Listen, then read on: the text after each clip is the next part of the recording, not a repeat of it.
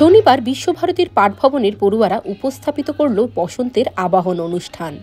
ফাল্গুন চৈত্র এই 2 মাস বসন্তকাল, তাই ফাল্গুনের শুরুতেই পাঠভবনের পক্ষ থেকে বসন্তকে আবাহন জানানো হয়।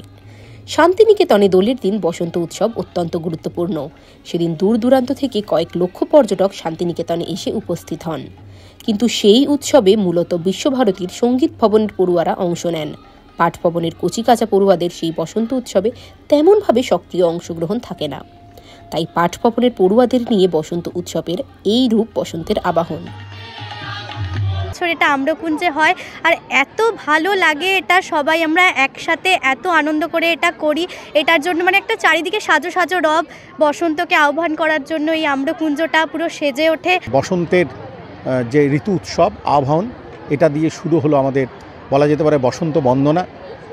আমাদের কচিকাচাদের নিয়ে ঋতুরাজ বসন্তকে আমরা আহ্বান জানালাম। শনিবার সকাল 8:30 থেকে পাঠভবনের আম্রকুঞ্জের জহর বেদিতে অনুষ্ঠান শুরু হয়।